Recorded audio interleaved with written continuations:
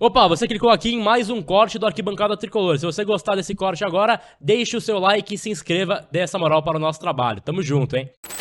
A gente também, para não perder um pouco da essência do programa, vamos passar um pouquinho do campinho aqui, para a gente falar como que o São Paulo jogou no último jogo e também já projetar para o próximo domingo. Neste domingo, São Paulo e Juventude São Paulo em Brasília. Vou colocar aqui certinho o banner e colocar na tela o nosso campinho para a gente falar sobre a vitória do São Paulo contra o Grêmio.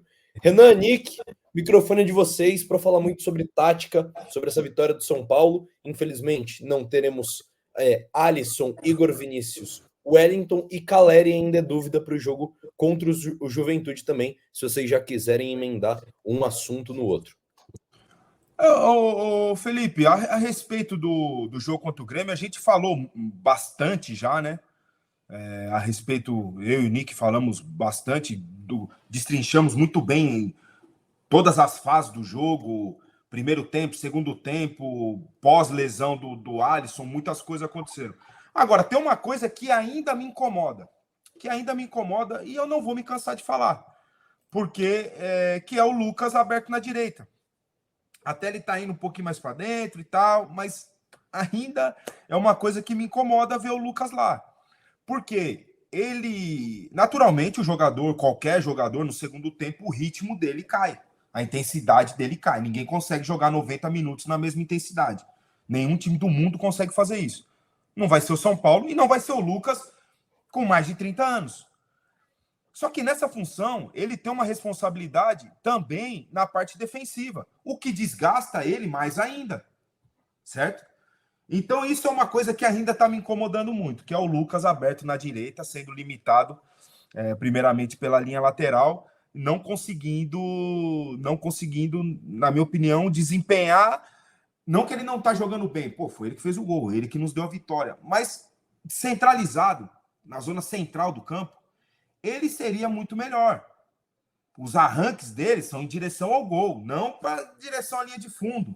Entendeu? Então, assim, cara, é uma coisa que me incomoda ainda. Desculpa, eu sei que muita gente gosta do Luciano, inclusive eu gosto do Luciano. Luciano também é um jogador decisivo. Também é um jogador, eu gosto dele naquela função que ele está fazendo. Só que a gente está sacrificando o melhor jogador do time, na minha opinião, deixando ele aberto na direita, se limitando lá na direita, né? Então, cara, isso tá me incomodando ainda. Eu não sei se o Nick pensa da mesma forma que eu. Eu e o Cinho trocando algumas ideias aí, a gente tem ideias parecidas em relação a essa função que o Lucas exerce, e isso daí, para mim, eu acho que poderia ser melhor com o Lucas centralizado e ali na direita. Claro, não desfazendo o Luciano, ele sempre vai ser um jogador importante. E o jogador, ele também é muito importante entrando no segundo tempo. Não é só os titulares que são importantes no plantel, num contexto, quando o time é campeão, não, mas sempre um reserva foi importante pra caramba. Pode ser o Luciano, porque eu sinceramente, eu não consigo ver o Lucas, o melhor jogador do time, aberto na direita. Não consigo. Sinceramente, não me agrada. Essa função não me agrada. Nick, você concorda? Só um adendo, porque, sim, eu até comentei algumas prorrogações anteriores, que eu tava até. Achei que o Zubeldia tinha conseguido encontrar um balanço entre os dois, que ele conseguia mesclar o Luciano uma hora caindo pela direita, o Lucas caindo uma hora pelo meio, e eles iam revezando isso. Mas no último jogo eu achei isso meio desnivelado. O Luciano ficou bastante pelo meio, teve até um lance que ele deu um passe de calcanhar, que depois ele correu atrás, recuperou a bola, mas, cara, não dá para enfeitar tantas jogadas assim. Eu acho que esse é o grande problema do Luciano. Querer enfeitar demais. O jogo contra o Corinthians para mim, o principal exemplo. Que ele saía jogando, saiu uma, duas, três vezes jogando, deu errado. Na quarta, o Corinthians recuperou a bola e fez o gol, e aí o São Paulo acabou empatando, o clássico majestoso. Então, talvez o Zubeldia testar um jogo, pode ser domingo contra o Juventude, pode ser quarta-feira que vem contra o Botafogo, independente. Um jogo do Lucas iniciando como um camisa 10, e aí tem um outro jogador pela ponta direita, talvez eu gostaria de pelo menos assistir, nem que seja 45 ou um jogo só, que aí eu queria entender como que o Lucas iniciando como camisa 10 ia sair.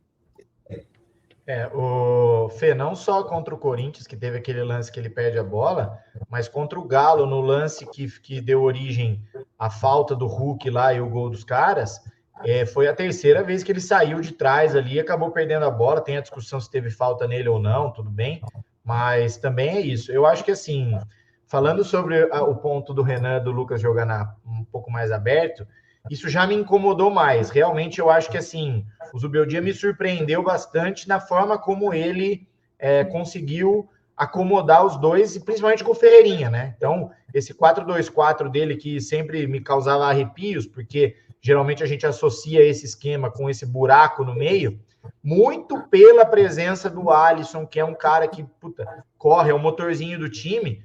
Isso tem ficado meio despercebido, porque o São Paulo está conseguindo, com a ajuda dos dois laterais e com a ajuda do Alisson, meio que compensar. E aí esses 4 jogadores da frente, um pouco menos o Calleri, porque a característica dele é mais fixa mesmo no ataque, mas também o Calleri, na maioria dos jogos, principalmente nos jogos que o São Paulo ganhou nessa sequência agora recente de 4 vitórias, antes do Galo e do Grêmio, eles estavam com muita movimentação entre eles. Então, se a gente observar os gols que o São Paulo fez contra o Bahia, contra o Criciúma, depois contra o Red Bull, cada hora era um que saía de um lado e entrava no outro, fazendo facão, ultrapassando. O Luciano deu assistência pro gol do Ferreirinha. Então, assim, aquilo estava me deixando animado, porque de fato parecia que o São Paulo tinha encontrado uma forma de jogar.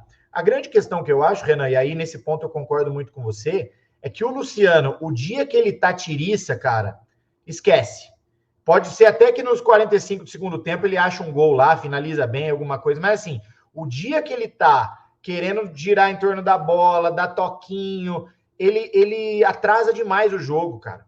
Ele destoa muito do Ferreirinha, do Lucas, do Alisson, dos caras que já pegam a bola e são um pouco mais agudos, um pouco mais rápidos. Você citou um exemplo contra o Grêmio. Ele deu um calcanhar. Sim. Foi uma das únicas jogadas que o Grêmio fez no primeiro tempo. Foi armado pelo Luciano. E você viu onde ele estava, tanto esse gol, tanto esse lance contra o Grêmio, quanto no lance do Galo, que ele perde a bola na falta. Ele estava muito atrás. Eu acho que o problema do Luciano não é jogar no meio, é quando ele vem jogar de volante. Quando ele vem buscar a bola no pé do volante nosso. Porque aí, cara, ele tá longe do gol, ele não é a melhor característica dele nesse lugar, e eu acho que às vezes, com algumas exceções, ele desacelera demais o jogo. Como eu falei, é importante cadenciar pra caramba, porque senão o time não consegue acompanhar em bloco o ataque. Então é importante construir de pé em pé, senão fica um buraco, que nem era com o Carpini. Pegava a bola, chutão no Ferreirinha, chutão no Lucas, e quem vinha de trás não conseguia acompanhar. Mas eu acho que às vezes ele desacelera demais. Então é muito viradinho, é muito toquinho, é muita coisa. E muita reclamação, né, Nick? E muita reclamação, isso. Né, cara? Esse eu acho que é um ponto que acaba, tipo, na hora que você vê o teu camisa 10 com esse rendimento um pouco mais baixo, essa lentidão, esses erros, e olha, fazendo aqui toda a justiça do mundo. O Luciano tem jogado bem. Há um ou outro jogo que ele acaba jogando um pouco mais abaixo. Só que quando o nosso camisa 10 joga abaixo e você olha para a direita e você vê que tem o Lucas lá, o melhor jogador do time, gera mesmo essa sensação de falar, se o Luciano tá mal hoje, não era melhor colocar o Lucas por dentro e abrir alguém pela direita? Poderia ser o Rato, poderia ser o Eric, poderia ser o próprio Nestor de pé trocado, poderia ser o Ferreirinha, enfim, a gente tem opções no elenco, Michel Araújo, Galo, André mesmo. André por ali de pé trocado, que já fez também, até na estreia do Zubeldia lá contra o Barcelona fora de casa. Então, eu acho que essa sensação de que a gente está sacrificando o Lucas, ela vem muito mais nos momentos em que o Luciano não está bem do que propriamente porque o Lucas está mal. Eu acho que o Lucas já começou a se encontrar mais nessa posição. Agora, dito tudo isso, como diz o Wilsinho, né? Dito isso, sem o Alisson, cara, aí eu já acho que começa a preocupar um pouco mais. Por quê? Quem dá a segurança do Lucas, fazer esse lado direito sem ter que se matar de voltar depois para correr, é justamente essa dobradinha entre o Alisson e o Igor Vinícius. Os dois têm muito vigor físico para acompanhar e fazer essa cobertura. Entendeu? Então agora, sem o Alisson, vamos ver como é que o São Paulo vai repor essa perda. Mas eu não vejo, por exemplo, o Bobadilla jogando do lado do Luiz Gustavo cumprindo essa função.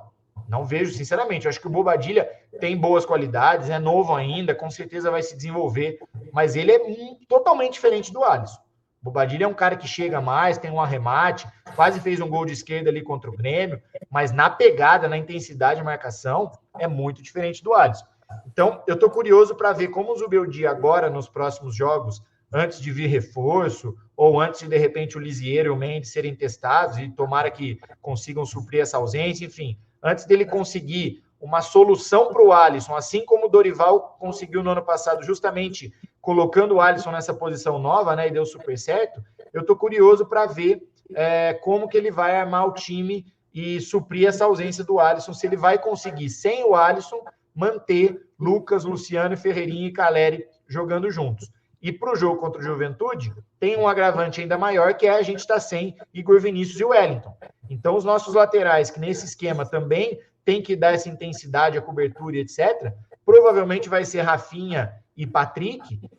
E aí, com Bobadilla e Luiz Gustavo pelo meio, eu acho que, cara, se colocar o Lucas e o Luciano por ali, a gente fica completamente sem mobilidade. Já adiantando o que eu faria, eu colocaria o Lucas pelo meio e colocaria o Eric junto para fazer uma ponta direita aqui, para a gente ter a velocidade que a gente vai perder sem o Igor e o Wellington, a gente ganharia com o Eric e Ferreirinha pelas pontas. E aí os laterais ficariam um pouco mais sustentados lá atrás, sem ter que avançar tanto. Daí, esse foi mais um corte aqui no Arquibancada Tricolor. Se você curtiu, já deixa o seu like, se inscreva no canal e fique de olho em tudo que acontece, ativando o sininho e virando membro do Arquibancada Tricolor. Vambora!